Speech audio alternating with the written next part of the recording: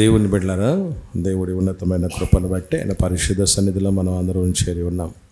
ఇటు గొప్ప భాగ్యాన్ని మనందరికీ ధారాళంగా ఉచితంగా అనుగ్రహించిన మనందరి ఆత్మల కన్నతండ్రి అయిన దేవునికి క్రీస్తు ద్వారా కృతజ్ఞతాస్తుతి స్తోత్రాలు చెల్లిస్తూ మీకందరికీ ప్రభువైన యేసు క్రీస్తు నామములో శుభాలు వందనాలు నేను తెలియజేస్తుంటున్నాను.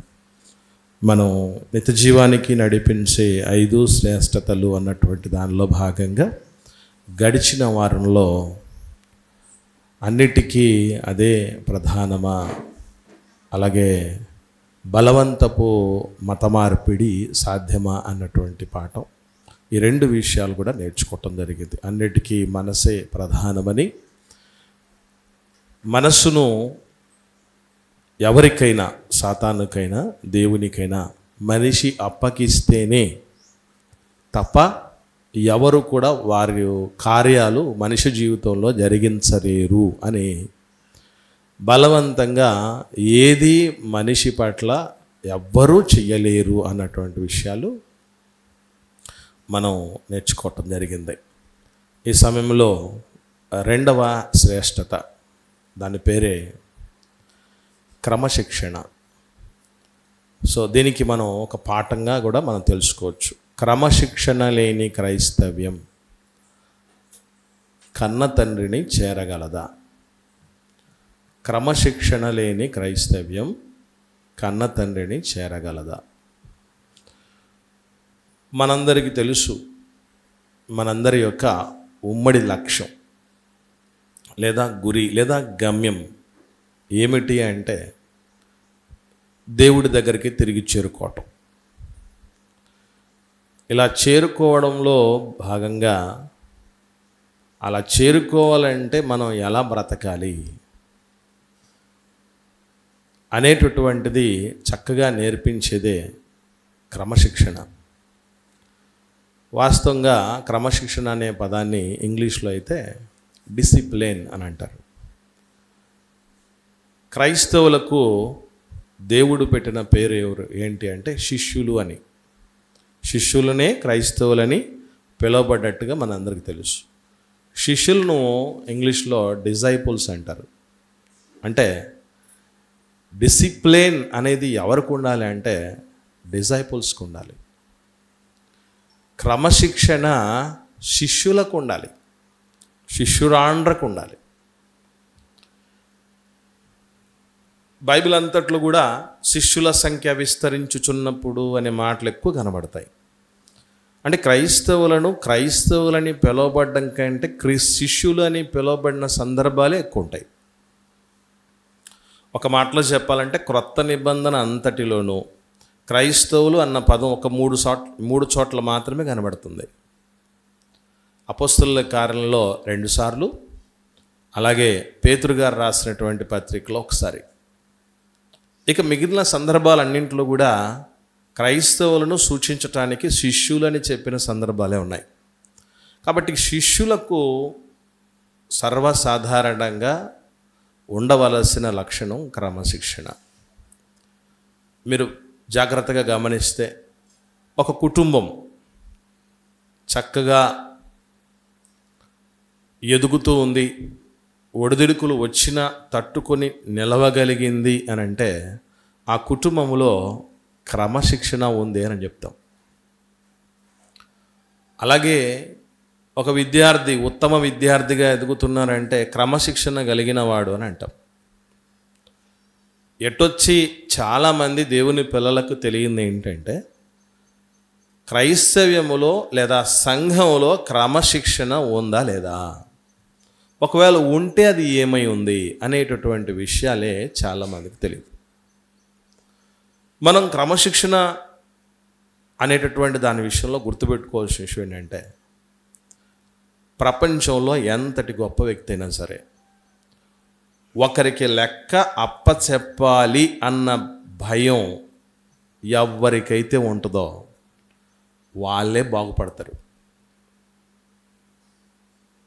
ఒకరు మన పైన ఉన్నారు, వారి అజమాయిషిలో మనం ఉన్నాం, వారు ఇచ్చినటువంటి కట్టడలను అనుసరించి ఏవైతే నీతి నియమాలు ఉన్నాయో ఏవైతే నేర్చుకోవాల్సినవో ఏవైతే పాటించాల్సినవి ఉన్నాయో వాటన్నిటినీ మనం ఫాలో అయితేనే మనకు బాగుంటుంది. లేదా మనం వాళ్ళ విషయంలో వాళ్ళకు ఏమన్నా చెప్పాలి. ఇప్పుడు చాలామంది అంటూ ఉంటారు, మా బాస్కి నేనేం చెప్పాలి అని అనుకుంటూ ఉంటారు. ఎందుకంటే బాస్ ఉన్నాడు కాబట్టి. బాస్ లేడనుకోండి, నేనే బాస్ అనుకున్నారనుకోండి, ఆ జీవితం ఉన్నతంగా ఫలభరితం కాదు. మీరు బాగా గమనించి చూడండి. పెద్దలు లేని పరిస్థితి, వ్యవస్థ కుప్పకూలిపోతుంది. పెద్దలు ఉంటే ఏమొస్తుందంటే వాళ్ళు క్రమశిక్షణ అనేది ఏర్పాటు చేస్తారు. దాని ప్రకారం మనం అందరం వెళ్ళాలనుకుంటూ ఉంటారు. సంఘంలో ఒక పెద్దగా, ఇంకా చెప్పాలంటే సేవకుడిని దేవుడు ఏమని చెప్పడం జరిగిందంటే, ఒకసారి చూద్దాం బైబిల్ గ్రంథంలో. రోమిలికి రాసిన పత్రిక 2వ అధ్యాయము 19-20 వచనాలు చూద్దాం. అపోస్తలుడైన పౌలు గారు రోమిలికి రాసిన పత్రిక 2వ అధ్యాయము 19-20 వచనాల్లో, జ్ఞాన సత్య స్వరూపమైన ధర్మశాస్త్రము గలవాడవై ఉండి నేను గ్రుడ్డి వారికి త్రోవ చూపువాడను. సేవకుడంటే గుడ్డోళ్లకు తావు చూపేవాడని. ఇంతకు గుడ్డోళ్ళు ఎవరు? గుడ్డోళ్ళు ఎవరు అని క్వశ్చన్ చేసాను. ఎవరండి అమ్మా? ఎవరిని అంటారు గుడ్డోళ్ళని? అంటే కళ్ళు లేని వాళ్ళు గుడ్డోళ్ళు అంటారని కాదు నేను చెప్పేది. ఇంతకు గుడ్డోళ్ళ జాబితాలో ఎవరిని పెట్టచ్చని? విశ్వాసిని పెట్టచ్చు. ఇప్పుడు గుడ్డివాడికి త్రోవ చూపిన ఎడల అన్నారు. ఇంతకు ఈ 2 కేడర్లలో ఒక గుడ్డివాడు ఎవరు? త్రోవ చూపినవాడు ఎవరంటే సేవకుడు. మళ్ళీ ఇంకొక గుడ్డివాడు ఎవరనంటే విశ్వాసి. మీకు విషయం తెలుసా? అసలు విశ్వాసులు గుడ్డోళ్ళుగా ఉంటున్న వాళ్ళు ఎంతమంది ఉంటారంటారు? అంటే గుడ్డోళ్ళు అనగానే మనం ఇంకొక రకంగా అనుకోకూడదు దాన్ని. గుడ్డివాళ్ళు అనడానికి రకరకాలైనటువంటి విషయాలు ఉన్నాయి. ఇక్కడ గుడ్డివాళ్ళు అన్నటువంటి ఈ సెన్స్ ఎందుకు వాడాడంటే విశ్వాసి గురించి, వాడు స్టెప్ తీసుకోకూడదు ఓన్గా, అదే అర్థం. తనకు తాను నిర్ణయం తీసుకొని ఎట్టుబడితే ఎట్టు పోకూడదు అని చెప్పటానికి దేవుడు వాడిన పోలిక. రైట్, ఇక్కడ గమనించాల్సిన విషయం. అలాగని సేవకుడు ఎట్టుబడితే ఎట్టు పోవటానికి కూడా లేదు, గుర్తుపెట్టుకోండి. సేవకుడు కూడా ఎటుబడితే అటు ఏది పడితే అది చేయటానికి లేదు. ఎందుకనండి? సేవకుడికి కూడా పైన ఎవరున్నారు? ప్రభు ఉన్నాడు, క్రీస్తున్నాడు. సంఘమంతటికి శిరస్సు క్రీస్తున్నాడు. క్రీస్తుకు కూడా ఓన్గా ఏది చేయటానికి లేదు. ఎందుకంటే క్రీస్తును సైతం ఏమని రాయబడింది? క్రీస్తును సైతం ఏమని చెప్పబడింది బైబిల్లో అని గమనించగలిగితే, సంఘానికి స్త్రీకి పురుషుడు శిరస్సు, పురుషునికి క్రీస్తు శిరస్సు, క్రీస్తుకు తండ్రి శిరస్సు అని రాయబడి. అంటే ఎప్పుడు చూసినా ప్రభు ఒకటే మాట చెప్తూ ఉంటాడు, నా ఇష్టం చొప్పున నేను చేయటానికి రాలేదు అని. అఫ్కోర్స్ ఆయన చేయొచ్చు, ఆయనకు అధికారం ఉంది, ఆయన చేసిన దాని వెనక అర్థం ఉంటుంది, పరమార్థం ఉంటుంది. అయినా స్టెప్ తీసుకోలేదు యేసు ప్రభు. అది ఆయనకున్నటువంటి గొప్పతనం. సేవకుడు ఎప్పుడు కూడా తన సొంత నిర్ణయాలు తీసుకోకూడదు. అలాగే సేవకుడి క్రింద ఉన్న సంఘం ఎవ్వరూ కూడా సొంత నిర్ణయాలు దేని విషయంలో తీసుకోకూడదు. ఖచ్చితంగా సంఘానికి అంతటికి, సేవకుడికి, విశ్వాసులకి అందరికీ ఏముంటాయి? అక్కడే అన్నాడు చూడండి, ఏమన్నాడు చూడండి, కింద చదివితే గుడ్డి వాళ్లకు నేను త్రోవ చూపేవాడిని. నెక్స్ట్ ఏముంది? చీకట్లో ఉన్న వాళ్ళకి వెలుగును. అంటే సేవకుడు ఒక వెలుగులా ఉండాలి, వెలుగులా ఉండాలి. తర్వాత నెక్స్ట్ ఒకటి పోలిక చెప్పడం జరిగింది. ఏంటది? బుద్ధిహీనులకు శిక్షకుడు. అంటే శిక్షణ ఇచ్చేటటువంటి వ్యక్తి ఎవరు అని అంటే సేవకుడు. ఎవరికి ఇవ్వాలి? దీన్ని శిక్షణ ఇచ్చేవాడిని ఏమంటారు? క్రమశిక్షణ చేసేటటువంటి వ్యక్తి అని అర్థం, అంతే కదా. హెడ్, ఇంటికి యజమాని 100% కుటుంబాన్ని అంతటినీ కూడా ఒక క్రమశిక్షణలో పెట్టాలి. ఒక డిసిప్లిన్లో పెట్టాలి. అంటే ఒక డిసిప్లిన్ అంటే ఏంటి అర్థం? డిసిప్లిన్, క్రమశిక్షణ అంటే అర్థాలు ఏంటి అని అంటే ఎవరి పని వాళ్ళు చేయటం, ఏ పని చేసేవాళ్ళు ఆ పని చేయటం. అప్పుడప్పుడు చెప్తారు కదా, గాడిద పని గాడిద చేయాలట, కుక్క పని కుక్క చేయాలట. అంటే ఎవరి డ్యూటీలు వాళ్ళకు ఉంటాయి. ఆ డ్యూటీలు ఎవరైతే సక్రమంగా చేస్తారో వాళ్ళే క్రమశిక్షణలో ఉన్నారు అని అర్థం. ఇప్పుడు మనకు ఉన్న డ్యూటీలు ఏంటి? అసలు నిజంగా క్రమశిక్షణలో ఉన్నామా లేదా అని ఎలా తెలుసుకోవాలి? క్రమశిక్షణలో ఉండని వాళ్ళు కన్న తండ్రిని పొరపాటును కూడా చేరలేరు. అంటే డ్యూటీ చేయలేనోడు జాబ్లో ఉంటాడా? డ్యూటీ చేయలేని వాళ్ళు జాబ్లో ఉంటారు. మనకు తెలియని విషయం ఏంటంటే దేవుని పిల్లలుగా ఎప్పుడైతే లోకం నుండి వేరు చేయబడి సంఘంలోనికి వచ్చామో వాళ్ళందరం ఒక జాబ్లో ఉన్నామని తెలియదు. జాబ్ చేసే వ్యక్తి, ఉద్యోగం చేసే వ్యక్తి ఎటు పడితే అటు ఉండలేరు. ఈరోజు సంఘానికి వచ్చి నేను కోడూరులో, రైల్వే కోడూరులో టీచర్గా పనిచేస్తాను, మీకు అందరూ తెలుసు. అక్కడ నుంచి ఈరోజు ఎందుకు రాగలిగాను అంటే గవర్నమెంట్ సెలవు ఇచ్చింది. ఒకవేళ సెలవు లేకుండా వర్కింగ్ డే, పని దినం అనుకోండి స్కూల్కి, నేను బయటికి రావాలంటే ఏం చేయాలి? సెలవు పెట్టాలి. సెలవు కూడా మా పై ఆఫీసర్లు గ్రాంట్ చేయాలి. గ్రాంటెడ్ అని అంటేనే వదిలేసి పక్కకు రావటానికి. నా ఇష్టం వచ్చి పోతా అంటే కుదరదు అక్కడ. ఎందుకనంటే ఒక ఉద్యోగంలోనికి రావడానికి ముందే ఏముంటాయి? క్రమశిక్షణ నియమావళులు ఉంటాయి. ఆ ఉద్యోగస్తుని యొక్క బాధ్యతలు ఏంటి, హక్కులేంటి అన్నీ ఉంటాయి.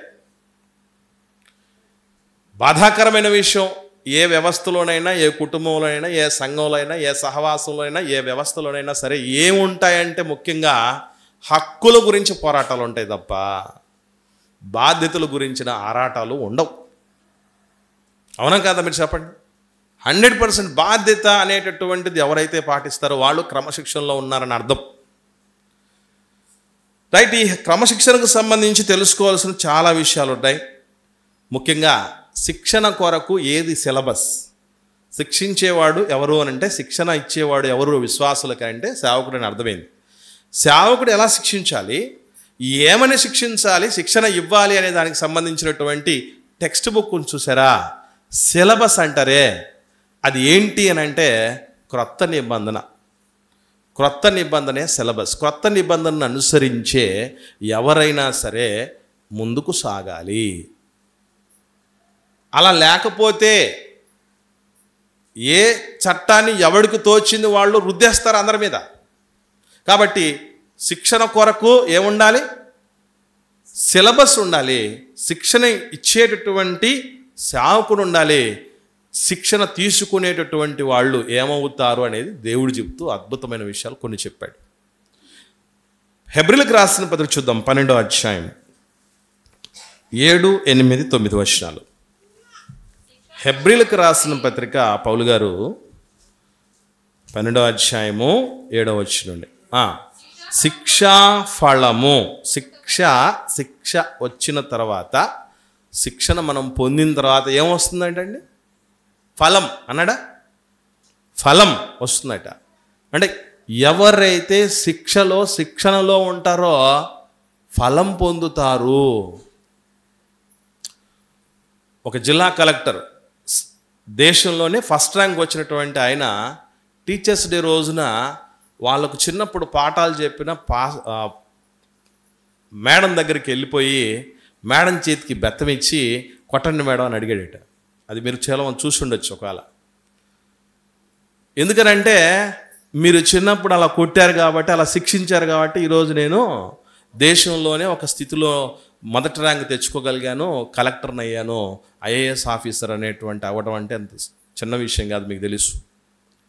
అంటే శిక్షణ పొందినటువంటి వ్యక్తులు ఏమవటానికి అవకాశం ఉంటుందంటే ఫలం పొందుతారో మర్చిపోకండి. కానీ శిక్షణ పొందేటప్పుడు ఎలా ఉంటుందండి? కష్టంగా ఉంటుంది. ఇప్పుడు డ్రైవింగ్ నేర్పించే వాళ్ళని గమనించి చూడండి. డ్రైవింగ్ నేర్పించే వాళ్ళు గమనించి చూడండి, కసురుకుంటారు. నేర్పించేవాళ్ళు కోప్పడతారు. ఎప్పుడు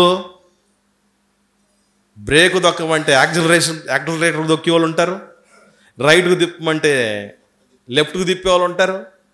రకరకాలిక గేరు మార్చమంటే ఏదానికి డైరెక్ట్గా 4వ గేరు టాప్ గేరుకు పోయేవాళ్ళు ఉంటారు, న్యూట్రల్ ఏమంటే ఇంకో గేరుకు పోయేవాళ్ళు ఉంటారు. ఎన్నిసార్లు చెప్పినా కూడా వాళ్ళకి అంత ఈజీగా బొరకెక్కదు. అప్పుడు కోప్పడతారు. ఆ కోప్పడిన శిక్షకుండి దగ్గర మనకు ఓపిక లేదనుకోండి, ఇదేంటిది, నేను డబ్బులు ఇస్తున్నాను, ట్రైనింగ్ తీసుకుంటాను, నా మీద కోప్పడతావేంటి? మా ఇంట్లో నా మీద ఎవరు మాట్లాడడం వాడికి డ్రైవింగే రాదు. డ్రైవింగ్ ఎప్పుడు రాదు. పెద్దలు అన్న తర్వాత గద్దించాలి, బుద్ధి చెప్పాలి, దారిలోకి తీసుకురావాలి. చెప్పేవాళ్ళు లేకపోతే చెడిపోతాం, అంతే, గుర్తుపెట్టుకోండి. ముఖ్యంగా దేవుని సేవ జరిగిస్తున్న సేవకుడికి దేవుడు ఎంత స్టాండ్ ఇచ్చాడంటే, వాస్తవంగా చెప్పాలంటే ఇంట్లో అమ్మా నాన్నలు చెప్పని విషయాలు కూడా సేవకుడు చెప్పాలి. అమ్మా నాన్నలు సైతం గద్దించలేని విషయాలు సేవకుడు గద్దించి చెప్పగలగాలి, నేర్పించగలగాలి. అది అవసరం చాలా.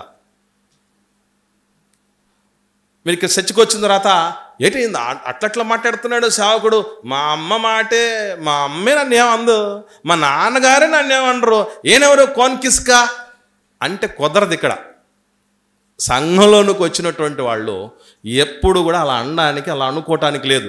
అలాగని ఇష్టం వచ్చినట్టు సేవకుడు ఉంది కదా, అవసరం ఉంది కదా, లేదా అవకాశం వచ్చింది కదా అని ఇష్టం వచ్చినట్టు చేయటానికి లేదు.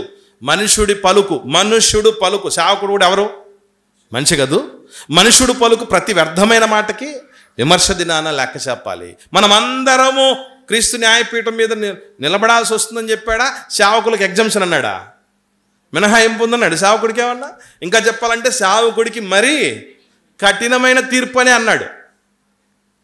కాబట్టి ఏది ఏమైనా గుర్తుపెట్టుకోండి, శిక్షాఫలము అన్నాడు. ఎంత అద్భుతమైన మాటలు అవన్నీ. మీరు ఏముండాలి? శిక్షణలో ఉన్నటువంటి వ్యక్తులకు ఏముండాలటండి? సహించుచున్నారు అన్నాడు. చూడండి, శిక్షాఫలం పొందటానికి ఏముండాలట? సహనం ఉండాలి. సహనం ఉండాలి.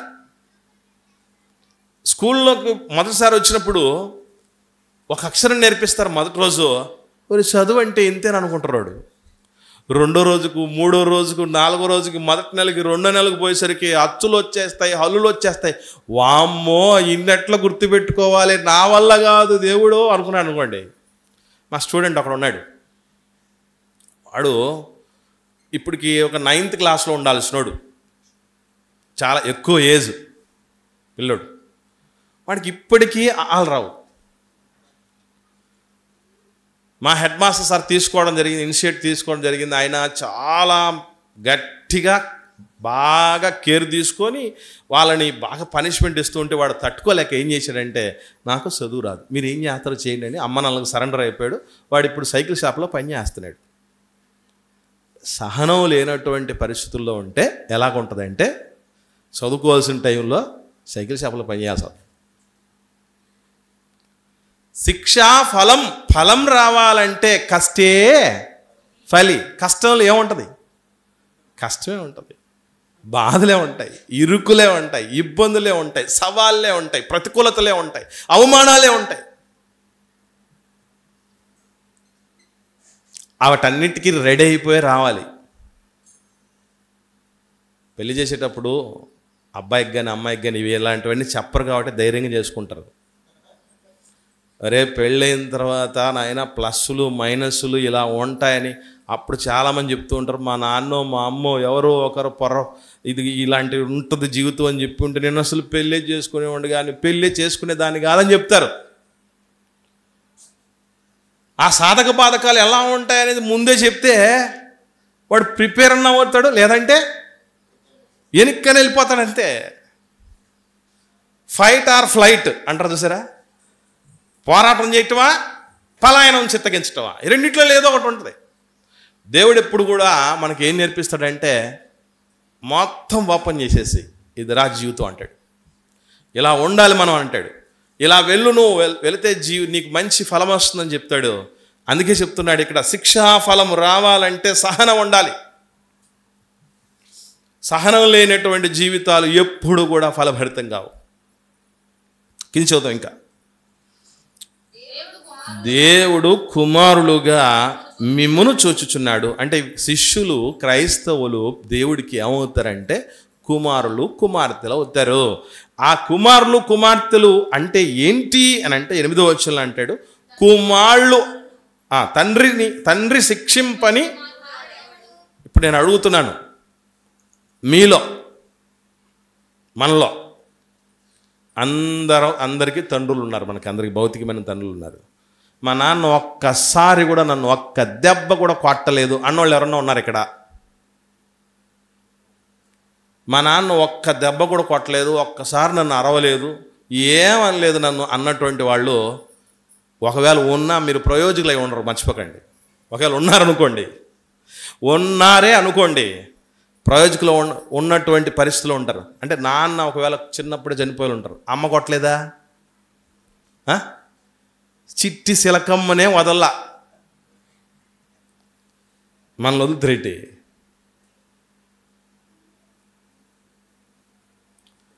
కాబట్టి ఖచ్చితంగా కుమారులు, కుమార్తెలు అన్నవాళ్ళు ఎక్కడ తండ్రి శిక్షించరు లేదా తల్లి శిక్షించని పిల్లలు చెడిపోతారు. దేవుడు చెప్పిన మాటది.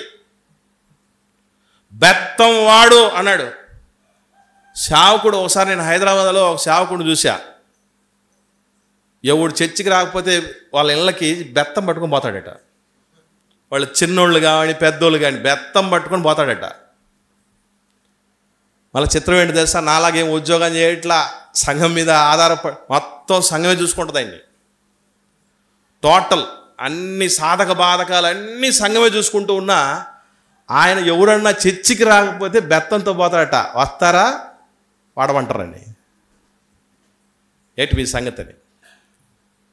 అట్లా పోయిన పరిస్థితుల్లోనే అట. చాలా అవసరం అది. భౌతికమైన తండ్రే బాగుపడాలి పిల్లలు అనుకుంటే బెత్తం వాడాల్సిన పరిస్థితి ఉంటే ఆత్మలను కాసేవాడు పని చాలా ఎక్కువ. అట్ట వాడకే చాలామంది చాలా వానపాములు, నాగుపాములు అయ్యాయి. వానపాములు, నాగుపాములు అవుతాయి. అది తెలియదు చాలామందికి. సరే, ఏది ఏమైనా గుర్తుపెట్టుకోండి, కుమారులైన వారందరూ 8వ వచనంలో ఏముంది? శిక్షలో పాలు పొందుచున్నారు. మీరు వద్దు, మాకు ఈ శిక్షే వద్దు, ఈ శిక్షనే వద్దు, ఈ క్రమశిక్షణే వద్దు మాకు అని అనుకుంటే మీరు దుర్బీజులే కానీ కుమారులు కాదు. కొండ బద్దలు కూడా చెప్తున్నాడు. దుర్బీజులు అంటే ఏంటి అర్థం? దుర్బీజులు అంటే అర్థం ఏంటి అనుకుంటున్నారు? అక్రమ సంబంధంలో పుట్టినోళ్ళు అని అర్థం. అంటే అప్పుడప్పుడు చెప్తుంటారు, నువ్వు మీ అమ్మకి కానీ మీ అమ్మకు మీ అబ్బకి కానీ పుడితే అంటారే, అట్లా పుట్టలోళ్ళు అని అర్థం. శిక్షణ వద్దనుకుంటే, క్రమశిక్షణ వద్దనుకుంటే, నాకు కట్టుబాట్లు వద్దనుకుంటే మనల్ని ఎంతవరకు తీసుకెళ్ళారంటే నాకు పుట్టనే లేదురా అంటాడు దేవుడు. నాకు పుట్టలేదు, మీరు ఎవరికి పుట్టారు? అంతవరకు వెళ్ళాడు దేవుడు. క్రమశిక్షణ అంత గొప్పది ప్రియులారా. ప్రతి మనిషికి చాలా ఆవశ్యకమైనది. కింది చూద్దాం 9వ వచనం. శరీర సంబంధులైన తండ్రులు మనకు శిక్షకులై ఉండిరి, వారి యందు భయభక్తులు కలిగి ఉంటిమి. అట్లయితే ఆత్మలకు తండ్రి అయిన వానికి మరి ఎక్కువగా లోబడి బ్రతకవలెను కదా. శిక్షణ అంటే లోబడటం. క్రమశిక్షణలో ఉన్నాము అని అంటే లోబడటం, మాట వినటం, అది క్రమశిక్షణ అంటే. ఆయనకి ఎట్లా లోబడాలంట? ఆత్మల కన్న తండ్రికి.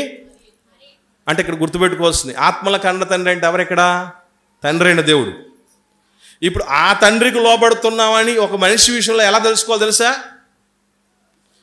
భూమి మీద ఉన్నటువంటి సంఘంలో ఉన్నటువంటి ఆత్మీయ తండ్రికి లోబడే విషయాన్ని బట్టి ఆధారపడి ఉంటుంది. ఎందుకంటే దేవుడు అన్న మాట ఏంటంటే, కళ్ళ ముందు ఉన్న వాళ్ళని ప్రేమించలేని వాడివి, కనిపించని దేవుణ్ణి ప్రేమిస్తున్నానంటే నువ్వు అబద్ధకుడివి అంటాడు. కళ్ళ ముందున్నటువంటి సేవకుడిని నువ్వు ఆనర్ చేయనప్పుడు, అదిన మరలా మాదిరి కలిగినటువంటి సేవకుడికి లోబడలేనప్పుడు నేను దేవుడికి లోబడుతున్నాను అనుకుంటే అది పొరపాటు అన్నాడు. ఎవరి విషయమైనది పనికొచ్చేది. ఎవరికైనా అప్లై అయ్యేది గుర్తుపెట్టుకోండి. నేను ప్రభువుకు లోబడకుండా దేవుడికి లోబడిపోతున్నానని అనుకుంటే నేను కూడా అబద్ధకుడినే, సేవకుడు కూడా. కాబట్టి ఏది ఏమైనా గుర్తించుకోవాల్సిన విషయం ఏంటంటే, శిక్షణ లేనటువంటి వాళ్ళకి ఫలము లేదు. దుర్బీజులు అంటే దేవుని పిల్లలే కానోళ్ళు దేవుడి దగ్గరికి పోతారా? దసరా హాలిడేస్ వస్తున్నాయి, పిల్లలందరూ ఎక్కడికి పోతారు? అమ్మ నాన్నల దగ్గరికి పోతారు. మనకు మరణంతో పెద్ద హాలిడే, అది సమ్మర్ హాలిడేస్ అన్నా కూడా 50 రోజులు 49 రోజులే. డైరెక్ట్ హాలిడేసే కా, మొత్తానికి ఎక్కడ వర్కింగ్ డేస్ ఏముండవు భూమి మీద చనిపోయిన తర్వాత. అన్ని హాలిడేసే. ఆ హాలిడేస్ అన్నింటిలో హ్యాపీగా ఉండాలంటే అమ్మ నాన్నదే అయినటువంటి దేవుడి దగ్గరికి వెళ్ళాలి. ఆయన దగ్గరికి వెళ్ళేటటువంటి వాళ్ళు ఎలా ఉంటారంటే లోబడి వాళ్ళే ఉంటారు, మాట వినేవాళ్ళే ఉంటారు, క్రమశిక్షణలో ఉండేవాళ్ళే ఉంటారు.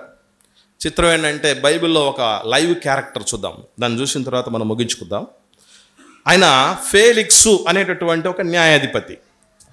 పౌలు గారిని చెరసాల్లో వేయించినప్పుడు ఆయనే ఆ న్యాయాధిపతిగా అధికారిగా ఉండడం అనేది జరుగుతుంది.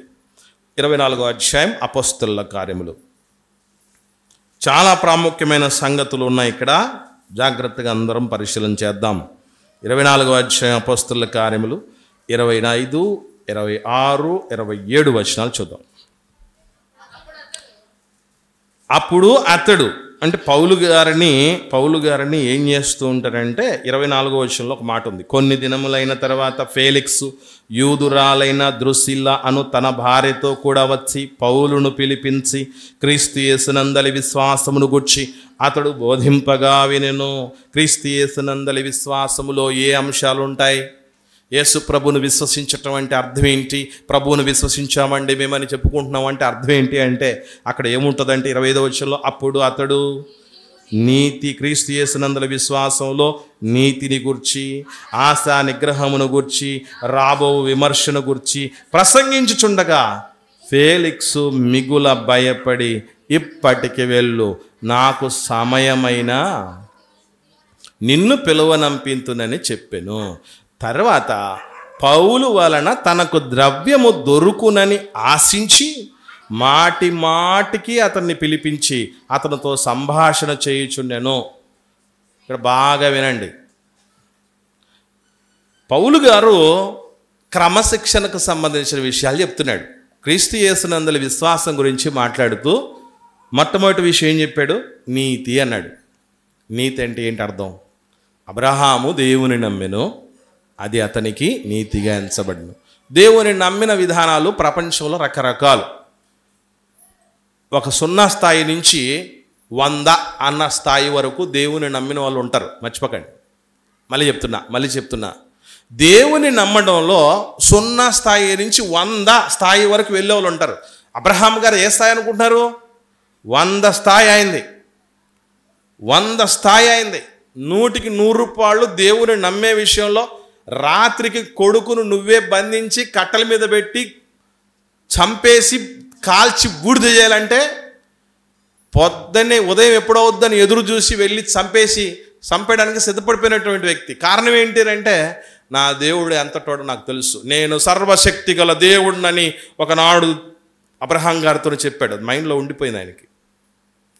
నా దేవుడు మృతులను సైతం లేపగల సమర్థుడు, ఎందుకంటే ఇస్సాకు వలన అయినదే నీ సంతానమనబడునని నాతో వాగ్దానం చేశాడు. అప్పుడు ఇస్సాకును కోరుకుంటున్నాడంటే ఒకవేళ చంపేసిన బూడిదైనా ఏమవుతాడు? మనోడు తిరిగి రావాల్సిందే. ఎందుకు?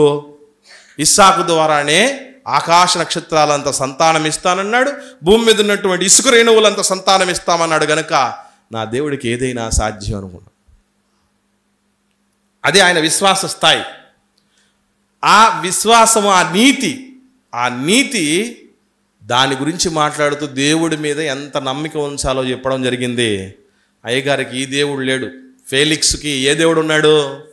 పైసా దేవుడు ఉన్నాడు, సిరి అనే దేవుడు. ఎందుకనంటే పౌలు గారి వలన మాటికి ఎందుకు పిలిపిస్తూ మాట్లాడుతున్నాడట? ద్రవ్యం దొరుకుతుంది. ద్రవ్యం ఎట్లా దొరుకుతుంది పౌలు గారి వల్ల? ఆయన ఏమంటా బాగా మంచి సౌండ్ పట్టినా ఎందుకు అనుకున్నారు తెలుసా? ఈయన యేసు ప్రభు తర్వాత అంత సెలబ్రిటీ హోదాలో ఉన్నటువంటి పరిశుద్ధుడైనటువంటి వ్యక్తి. ఒక మాటలో చెప్పాలంటే ఒక దైవ ప్రతినిధి ఎవరు ఉన్నారని అంటే ఆ కాలంలో పౌలు గారే. మెట్టుకు మన మనసు ఏ స్థితిలో ఉందో ఆత్మ పరిశీలన చేసుకొని దీవెనకరమైన స్థితికి చేరుదుముగాక. ఆమెను ప్రార్థిద్దాం.